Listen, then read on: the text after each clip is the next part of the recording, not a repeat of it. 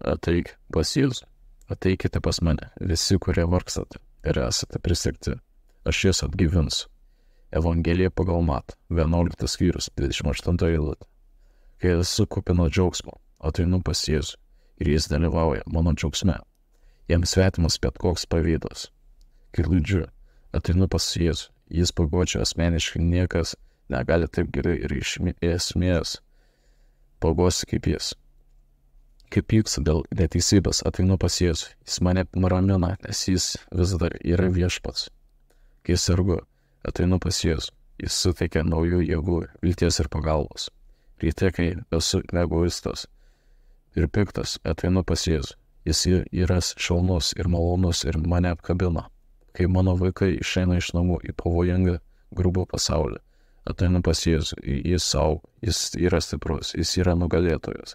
Kai viskas man slysta iš rankų, ateinu pas Jėzų, jie turi viską, ko reikia.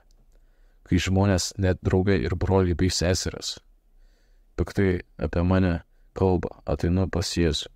Jis žino tiesą, jis paguodžia, suteikia naują perspektyvą, padeda atleisti ir duoda naujas drąsos. Jei mano automobilis neveikia, ateinu pas Jėzų. Jis visada išsprendžia. Mano viešpats yra švelnus, jis nuolankus, jis niekada manęs nesmerkia, jis myli, yra kantrus, nepavydus, nesideda geros žinias, jis netuifsoliškas, neišdidus, jis yra draugiškas, tikras draugas, taip su juo man gera.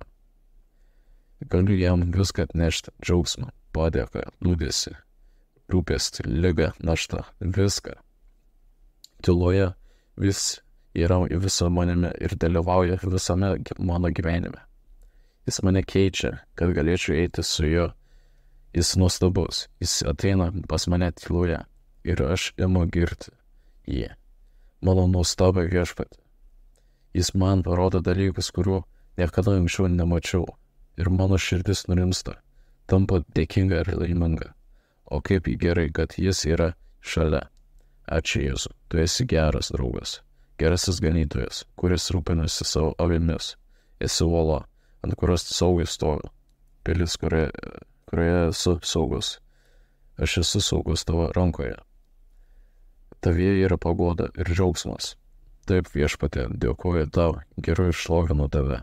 Tu esi man ištikimas. Amen.